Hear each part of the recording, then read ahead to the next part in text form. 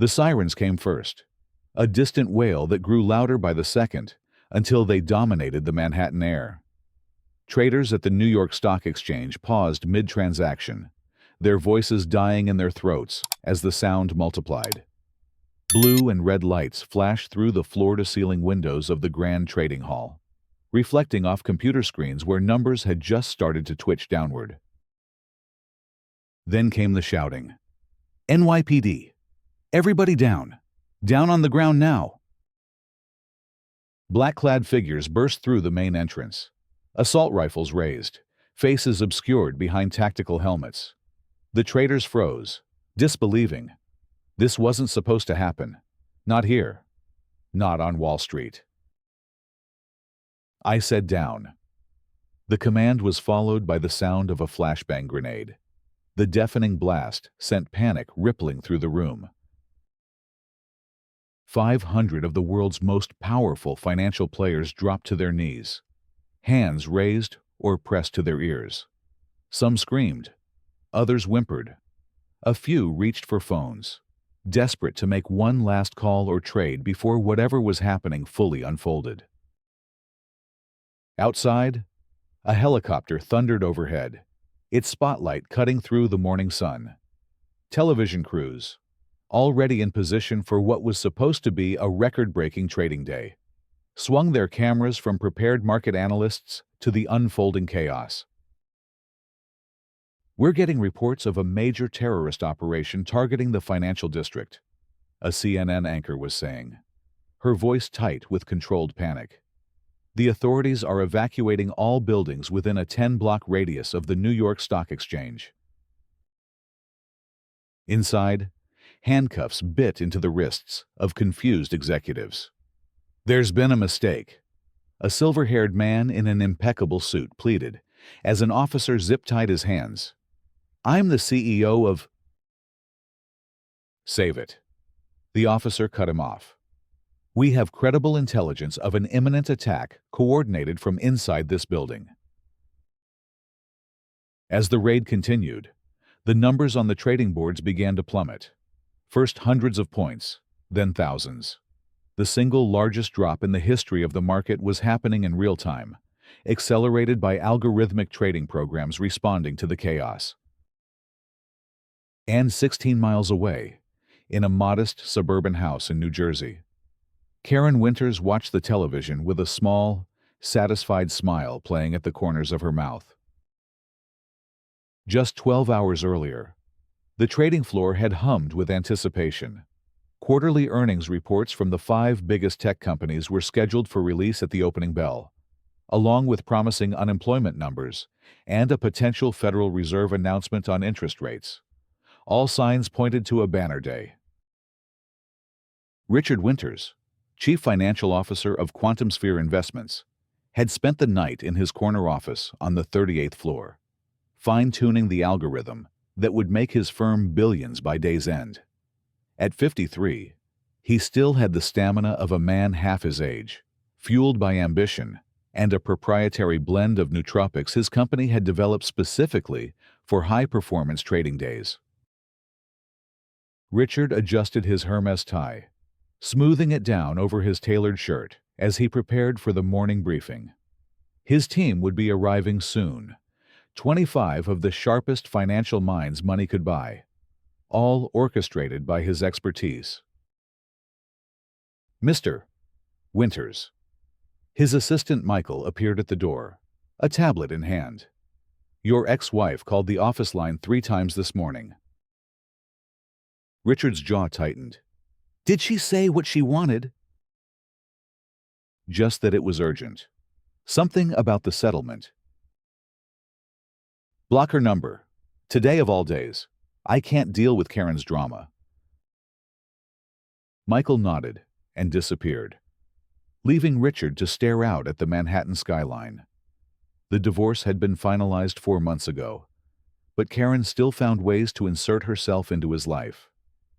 18 years of marriage had ended not with a whimper, but with a roar specifically. The roar of his Ferrari as he drove away from their shared life with Melanie, his 26-year-old data analyst, in the passenger seat. Karen had received the house, a generous monthly alimony, and a settlement that would have satisfied most divorcees.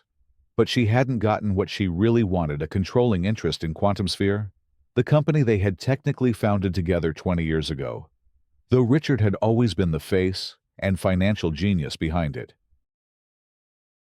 "The courts agreed with me, Karen," he muttered to his reflection in the window. "Time to move on."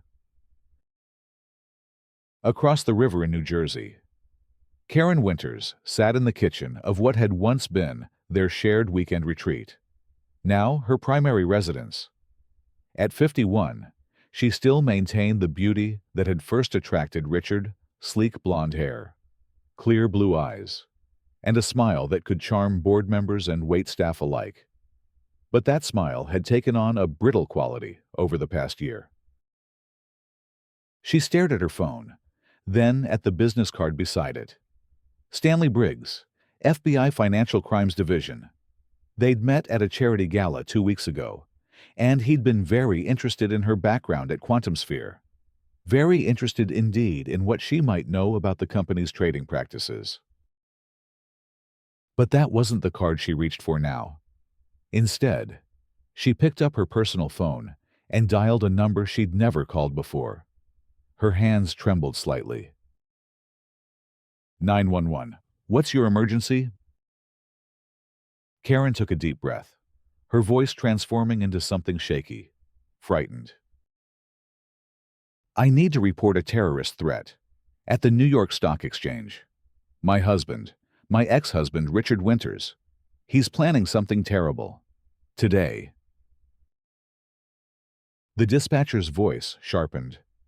"Ma'am, can you be more specific about the nature of the threat?" "He's the CFO of Quantum Sphere Investments. He has access to the entire trading system. He's been working with foreign entities. I found messages on his computer when I was still living with him. They're planning to crash the market, cause a panic. There are people inside ready to do something violent when it happens." She was improvising now, but the words flowed easily, fueled by months of bitterness. "Do you have any proof of these allegations, ma'am?" "I have copies of some messages, and I know the timing. It's today, during the opening bell. That's why he's been working all night. Please, you have to believe me. Thousands of people could be in danger." As Karen spoke, she opened her laptop and began typing an email to the address on Stanley Briggs's card. Subject line: "Terrorist threat at NYSE, time sensitive." Back at the exchange, the morning briefing was underway. Richard stood before a glass wall covered in projections, market indicators, trend analyses, competitor positions. His team watched with the focus of surgeons about to perform a particularly delicate operation. "Today is not just about profit," Richard said, his voice carrying the confidence of a man who had weathered 3 recessions and emerged wealthier each time. "Today is about changing the game. Our new algorithm doesn't just predict market movements, it anticipates the anticipation. It knows what other algorithms will do before they do it." A young analyst raised her hand. "Sir, isn't that skirting close to market manipulation?" Richard's smile didn't waver. "It's no different than a chess grandmaster thinking 5 moves ahead. Priya, we're not manipulating anything. We're just smarter than everyone else in the room." He tapped his temple. "Always have been." The meeting continued, with team members reporting readiness in their respective areas. Nobody noticed the increased security presence outside the building, or the unmarked vehicles converging on Wall Street. At 9:15 a.m., Richard's phone buzzed. A text from Melanie. "News says there's some security situation downtown. Everything okay?" He frowned and was about to respond when Michael burst into the room. "Sir, there's something happening downstairs. Security is—" The door crashed open again, this time revealing armed officers in tactical gear. NYPD. Everyone stay where you are. Richard stood frozen as officers swarmed the room, weapons raised. "What the hell is this?" he demanded, his authoritative voice cracking slightly. A plainclothes officer stepped forward, badge in hand. "Richard Winters, I'm Detective James Morales. You're wanted for questioning regarding a credible terrorist threat against the New York Stock Exchange." "A what?" Richard's face contorted in disbelief. "That's absolutely ridiculous. I'm the CFO of this company. I have meetings all day. I demand to know what's going on." But the detective was already nodding to his colleagues, who moved forward with handcuffs. "Sir, please turn around and place your hands behind your back." As Richard was being cuffed, similar scenes were playing out across the financial district. Key executives at major firms were being detained. Trading floors were being evacuated. Outside, the streets filled with confused financial workers as buildings emptied. On the main trading floor of the NYSE, the opening bell never rang. Instead, emergency systems were activated, freezing all trades in progress. For the first time since September 11, 2001, the market was experiencing an emergency shutdown. The raid on Wall Street unfolded with military precision. SWAT teams coordinated their movements through earpieces, clearing floor after floor of the exchange and surrounding buildings. Outside, police barricades kept growing crowds at bay, while officers with bomb-sniffing dogs patrolled the perimeter. Richard Winters, still in handcuffs, was escorted through the service entrance of the building to avoid the press. The detective who had arrested him maintained a firm grip on his arm. "This is a catastrophic mistake," Richard insisted, his voice low but intense. "Do you have any idea what you're doing to the global markets right now?" Detective Morales didn't break stride. "Saving lives takes priority over markets, Mr. Winters. There are no lives at risk. This is absurd. I want my lawyer, immediately." "You'll get your phone call. Right now. We need to get you to a secure location for questioning." As they approached an unmarked car, a reporter broke through the police line, shoving a microphone toward Richard. "Mr. Winters, is it true that Quantum Sphere was planning to destabilize the market through algorithmic manipulation tied to a physical attack?" Richard's face drained of color. "What? No, that's preposterous." Officers pushed the reporter back as Richard was guided into the vehicle. As the door closed, he caught a glimpse of the chaos traders huddled in groups on the sidewalk, many still clutching their phones and tablets, watching in horror as their digital portfolios imploded. Inside a secure conference room at FBI headquarters, Karen Winters sat across from Agent Stanley Briggs and two other federal agents. She had been there for over an hour, repeating her story and providing what she claimed was evidence snippets of emails, financial records, and calendar entries she had secretly copied during the final months of her marriage. "And you're certain these documents show a connection between your ex-husband and known extremist groups?" Agent Briggs asked, studying a printout. Karen nodded solemnly. "Richard has always been ruthless in business, but in the last year before our separation, he changed. Secret meetings, coded language in his communications. He started working with people I'd never heard of before. People with connections to countries that are not friendly to American interests." "And you believe today's coordinated market action was meant to coincide with some kind of physical attack?" "I overheard him on the phone, talking about making a statement that would be felt globally. He mentioned casualties being acceptable losses. I was terrified." Karen's voice broke convincingly. "That's why I had to come forward, even though I know he'll destroy me for this." Agent Briggs exchanged glances with his colleagues. Mrs. Winters, we appreciate your cooperation. This is obviously a sensitive matter of national security. We'll need you to remain available for further questioning. Karen dabbed at non-existent tears. Of course. Whatever I can do to help. Meanwhile, across the city, news channels were broadcasting non-stop coverage of the Wall Street raid. Markets worldwide were in freefall. The Dow had dropped over 2,700 points in the first hour after news broke a collapse without precedent. Trading had been halted in exchanges from Tokyo to London as panic spread.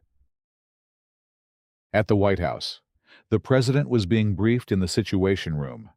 The Secretary of Treasury, Face Ashen, was presenting the initial economic impact assessments. We're looking at potential losses exceeding $3 trillion globally if this continues. Mr. President, pension funds, retirement accounts, institutional investments, all in free fall. The ripple effects could trigger a recession deeper than 2008. The president's expression remained grim. And the terrorist threat? How credible is it? The Director of National Intelligence leaned forward. We're still assessing, sir. The initial tip came from a civilian, the ex-wife of a high-level executive at a major trading firm. FBI and Homeland Security are interviewing her now. An ex-wife. The president's eyes narrowed. That doesn't sound like our most reliable source. She provided documentation, sir, and given the potential risk, the decision was made to act immediately rather than wait for full verification. The president nodded slowly. I want hourly updates. And prepare a statement I'll address the nation at noon. We need to project calm and control. As government officials strategized, ordinary Americans watched in horror as their financial futures evaporated in real time. Sarah Chen, a schoolteacher in Ohio, stared at her phone in disbelief as she checked her retirement account during her lunch break. 20 years of careful saving, and now nearly 40% of it was gone. What's happening? Her colleague asked, noticing her expression. Sarah couldn't even speak, just turned her phone to show the plummeting numbers. Similar scenes played out across the country. Parents worried about college funds. Retirees saw their fixed incomes threatened. Small business owners wondered if their companies would survive the impending credit freeze. Back in the interrogation room, Richard Winters faced Detective Morales and 2 federal agents. His lawyer, a sharp-featured woman in her 60s named Eleanor Kraft, sat beside him, her expression severe. This is harassment, plain and simple, Eleanor stated. My client has no connection to any terrorist organizations or plots. Then perhaps Mr. Winters can explain these communications. One of the federal agents pushed forward a folder containing printouts, the same documents Karen had provided. Richard scanned them, his face darkening. These are altered. Someone has edited these emails and calendar entries. Look at the metadata, check the original server records. You'll find these have been tampered with. Detective Morales leaned forward. Who would have access to your accounts and the technical skill to alter them? Richard's jaw tightened. My ex-wife worked in cybersecurity before we founded QuantumSphere. She knows systems better than almost anyone, and she has every reason to want to destroy me. Eleanor placed a restraining hand on Richard's arm. My client is suggesting that this may be a case of personal vengeance rather than a legitimate security threat. We request immediate verification of these documents through forensic analysis. The federal agents exchanged glances. That's already underway, one said. But in the meantime, we have a responsibility to investigate thoroughly. While the entire global economy collapses, Richard's voice rose. Do you have any idea what's happening out there right now because of this stunt? People's lives are being ruined. Ironic concern, coming from someone accused of planning mass casualties. Detective Morales observed dryly. Richard's face flushed with anger. I would never. Richard. Eleanor's voice cut through his building rage. Let me handle this. She turned to the investigators. We're prepared to cooperate fully, but we request expedited processing. Every minute this investigation continues, the economic damage compounds. As the interrogation continued, a small team of tech specialists was already at work in another part of the building, analyzing Karen's evidence. Chief Technical Analyst Maya Rodriguez frowned as she studied the code underlying one of the email exchanges. This doesn't make sense, she murmured to her colleague. The header information is inconsistent with the server protocols. It's sophisticated work, but there are anomalies. Her teammate leaned closer. You thinking forgery? I'm thinking we need to dig deeper, fast. While the technical team worked, Karen had been relocated to a comfortable office with a television. She watched the financial news with apparent concern, though her eyes contained a spark of satisfaction whenever the camera showed the evacuated streets of the financial district. Her phone buzzed, a text from her sister. Karen, what the hell is happening? Are you watching this? Martin's company stock is down 40%. Karen's fingers hovered over the screen. Her brother-in-law, Martin, worked for a financial services company. They'd been kind to her after the divorce. Collateral damage, she told herself. War has casualties. She typed back, I know. It's terrible. Sending love. Just as she sent the message, Agent Briggs returned to the room, his expression notably cooler than before. Mrs. Winters, we'd like to ask you a few more questions about the evidence you provided. Something in his tone made Karen sit up straighter. Of course. Our technical team has found some irregularities in the documents.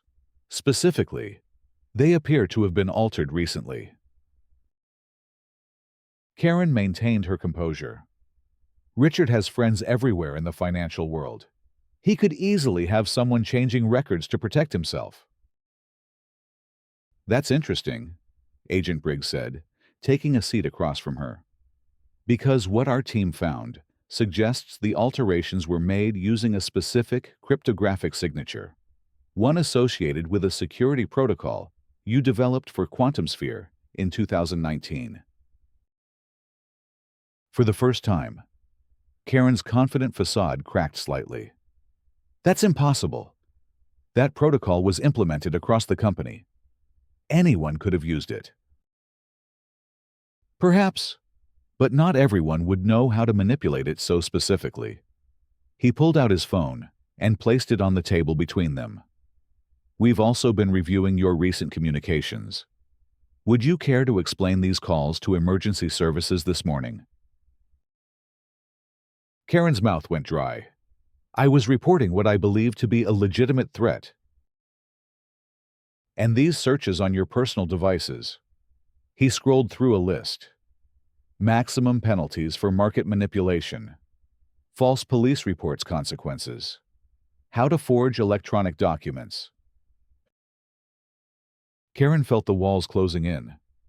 I was researching what Richard might be doing, what he might be liable for. Agent Briggs's expression hardened. Mrs. Winters, I believe you've misled federal investigators and filed a false report that has caused unprecedented economic damage. I need to inform you of your rights. As he began reciting the Miranda warning, Karen's carefully constructed plan crumbled around her. She had never expected them to trace the technical signatures so quickly. She had underestimated the resources they would deploy for a terrorist threat of this magnitude. While Karen faced the consequences of her actions, the technical team had rushed their findings to the interrogation room where Richard was being held. The documents appear to be sophisticated forgeries, Maya explained to the assembled investigators. We've traced the digital signatures and timestamps. They were created within the last 3 weeks, not over the past year as claimed. Detective Morales looked troubled. You're certain? Beyond reasonable doubt, Maya confirmed. We're still analyzing, but the preliminary evidence suggests Mrs. Winters manufactured this entire threat. Richard leaned back in his chair, a mixture of vindication and horror on his face. Karen did this. She crashed the global markets to get back at me. Eleanor placed a steadying hand on his shoulder. My client should be released immediately, and I suggest you focus on damage control before this situation deteriorates further. The federal agents conferred briefly, then nodded. Mr. Winters, you're free to go, but we may need your assistance in stabilizing the market situation. Of course, Richard agreed, already reaching for his phone. I need to contact my team immediately. As Richard was escorted out, news was already breaking that the terrorist threat had been a false alarm, but the damage to the markets had been done. Trust, the essential foundation of financial systems, had been shattered. It would take more than an all-clear signal to restore confidence. At the White House, the president was preparing to address the nation. Aides rushed in with the latest information about the false threat. Sir, it appears to have been a deliberate deception, a personal vendetta that spiraled into an economic crisis. The president absorbed this with a grim expression. One person did all this, caused trillions in damage with a phone call. Yes, sir, a Karen Winters, ex-wife of... I know who she is. The president interrupted. Rewrite the address. The American people need to know exactly what happened, and they need reassurance that their financial institutions are secure. As noon approached, television networks prepared for the presidential address.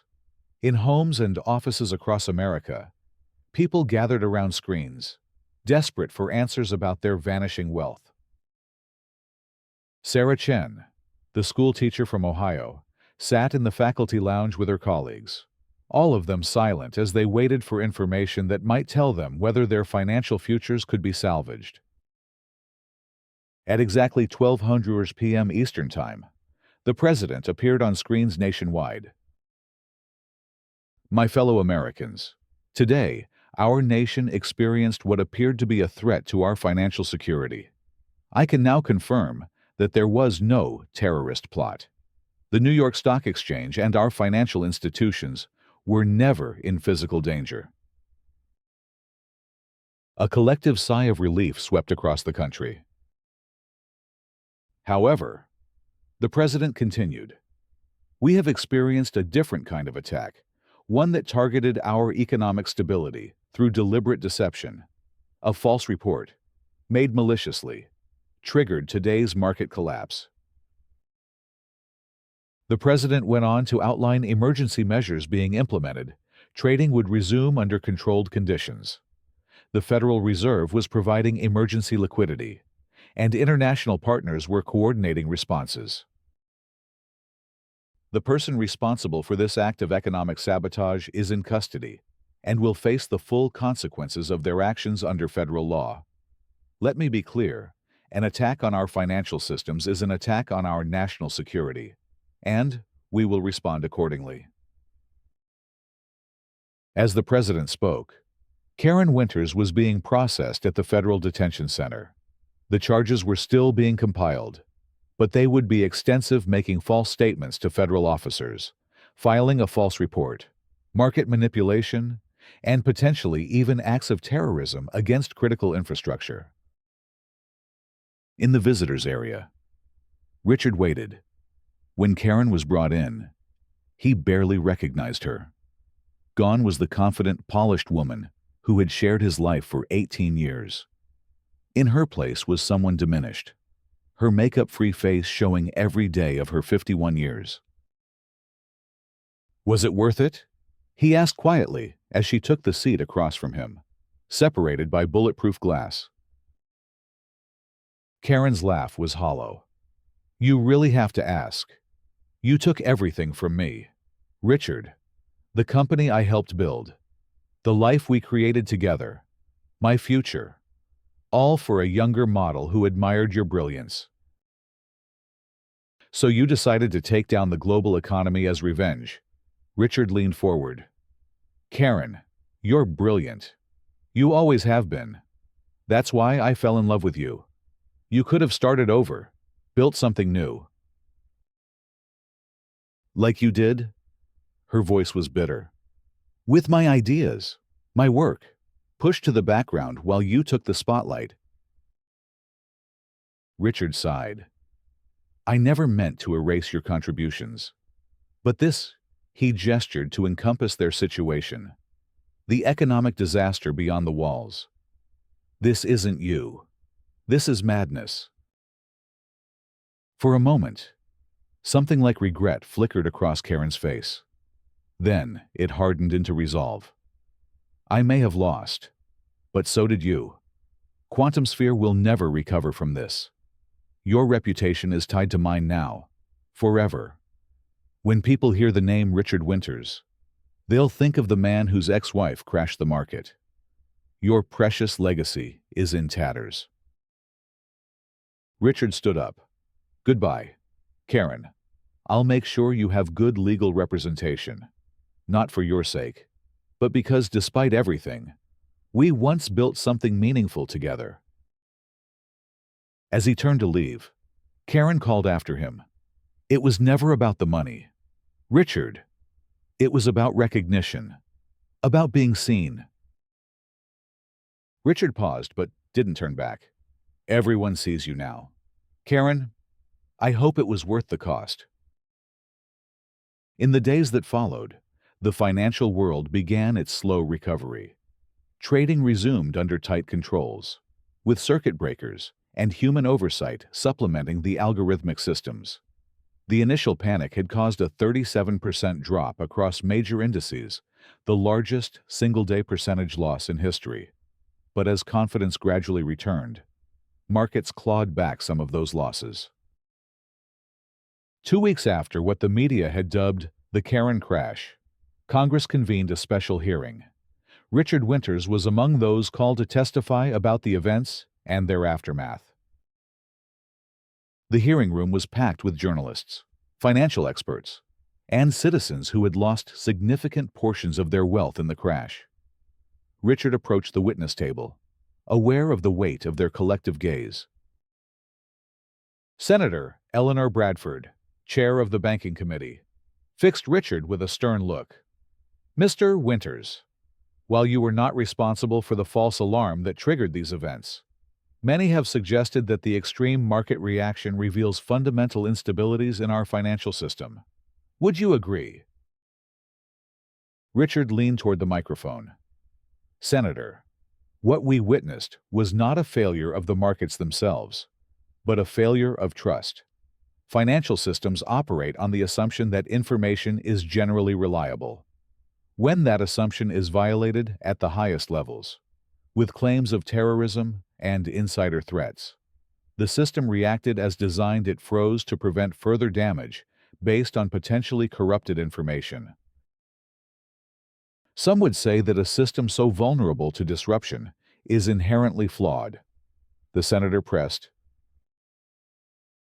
"With respect, Senator, no system built by humans can be perfect. But we can learn and adapt. In the aftermath of these events, my firm and others are developing new verification protocols for emergency market closures. We're creating more resilient algorithms that can better distinguish between genuine crises and manufactured ones." The questioning continued for hours, with Richard and other financial leaders outlining plans for recovery and reform. As the hearing concluded, Senator Bradford made a final statement. It is the recommendation of this committee that federal agencies review and strengthen laws regarding false reports that impact critical financial infrastructure. What we witnessed was, in effect, a new kind of attack, one carried out not with bombs or bullets, but with lies designed to target our economic security. Our legal framework must evolve to recognize and deter such attacks in the future. Outside the Capitol, Richard faced a swarm of reporters. "Mr. Winters, will Quantum Sphere survive this crisis?" Richard straightened his shoulders. "Not only will we survive, we'll lead the recovery. Our core algorithms actually performed well during the crash, minimizing losses for our clients compared to the broader market. We're already implementing lessons learned, creating more resilient systems." "And what about your ex-wife? Any comment on her upcoming trial?" Richard's expression sobered. "Karen Winters is facing the consequences of her actions. Beyond that, I have no comment on ongoing legal proceedings." "Do you bear any responsibility for what happened? Reports suggest the attack was motivated by your bitter divorce."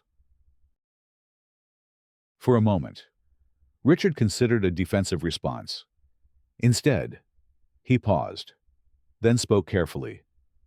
"Relationships end for many reasons, and divorces are rarely simple. While nothing justifies what happened, I recognize that there were failures on both sides. I'm focused now on rebuilding not just my company, but trust in our financial systems." As Richard departed, his words were broadcast nationally. Among those watching was Sarah Chen, the Ohio teacher. Her retirement account had begun to recover, though it would be months before it returned to pre-crash levels. "At least someone's taking responsibility," she remarked to her husband, "even if it's only halfway." 3 months later, Karen Winters stood before Judge Raymond Martinez for sentencing. The courtroom was packed. The case had captured national attention as the billion-dollar revenge plot. The prosecution had presented a devastating case, forensic evidence of Karen's document forgeries, recordings of her false reports, and detailed analysis of the economic impact, which ultimately totaled $3.7 trillion in temporary losses, with approximately $890 billion in permanent damage to pensions, small businesses, and individual investors who had been forced to sell at the bottom. Judge Martinez peered at Karen over his reading glasses. "Mrs. Winters, before I pronounce sentence, do you wish to make a statement?" Karen rose slowly. In the months of incarceration, she had aged visibly. Her designer clothes had been replaced by a conservative suit her lawyer had provided for the hearing. "Your Honor, I stand before you having lost everything: my marriage, my career, my reputation, and soon, my freedom. I could offer explanations about feeling erased from the company I helped create, or about the humiliation of being discarded after decades of partnership. But those would be excuses, not justifications." She took a deep breath. "What I did was unconscionable. In my desire to be seen, to make Richard feel a fraction of the pain, I felt I hurt countless innocent people. People who had never done me any harm. People who lost homes, educations, retirements. No grievance justifies that collateral damage." Judge Martinez studied her for a long moment. "Mrs. Winters, your actions represent a new category of crime, one that exploits the interconnected nature of our modern systems to cause widespread harm from a single point of attack. The court must consider not just punishment, but deterrence." He delivered the sentence: 25 years in federal prison, forfeiture of all assets, and restitution payments that would ensure Karen would never again know financial comfort, even after her release. As Karen was led away, Richard watched from the back of the courtroom. Their eyes met briefly, No triumph in his, no defiance left in hers, just the hollow recognition of mutual destruction. Outside, Richard found Melanie waiting. Their relationship had weathered the crisis, though not without strain. "Is it over?" she asked quietly. "This chapter is—" He took her hand. "But there's still work to do." In the year that followed, Richard kept his promise to lead the recovery. QuantumSphere developed new safeguards against market manipulation. Working closely with regulatory agencies, the company created a foundation to assist those most severely impacted by the crash, particularly retirees and small investors. Congress passed the Financial Infrastructure Security Act, creating new federal offenses for economic sabotage and establishing robust verification protocols for emergency market actions. The global financial system gradually incorporated these lessons, becoming more resilient to trust-based attacks. On the anniversary of what was now officially termed the Winters Incident, Richard gave a rare personal interview. "Looking back, what would you have done differently?" the interviewer asked. Richard was silent for a moment. "In business, we've implemented dozens of new safeguards. But personally, I would have remembered that success means nothing if you lose yourself in the process. Karen and I built something remarkable together. And, somewhere along the way, I forgot that. I started believing my own legend." "Do you ever visit her?" No. His expression was solemn. "Some bridges can't be rebuilt. But I've established a fund for female entrepreneurs in fintech. Women who might otherwise be overlooked, as Karen felt she was. It doesn't change the past, but it might help shape a better future." As the interview concluded, the camera panned to show the New York Stock Exchange behind Richard still standing, still the beating heart of global finance, but forever changed by one woman's devastating call. In her prison cell, Karen kept a small news clipping about the Entrepreneur Fund. She had no illusions about redemption or forgiveness. But in quiet moments, she permitted herself to hope that something constructive might eventually emerge from the wreckage she had created, that perhaps the visibility she had so desperately craved might ultimately spotlight issues larger than her personal grievances. And in schools and homes across America, the story of Karen Winters became a cautionary tale, not just about revenge and its consequences, but about the fragility of systems built on trust and the awesome, terrible power that modern technology places in individual hands. Sarah Chen used the story in her economics class, challenging students to design systems more resistant to deliberate manipulation. "Remember," she would tell them, "in an interconnected world, our greatest vulnerability isn't technology, it's human emotion." The markets eventually recovered fully. New safeguards held firm during subsequent crises. The financial world adapted and evolved, as it always had.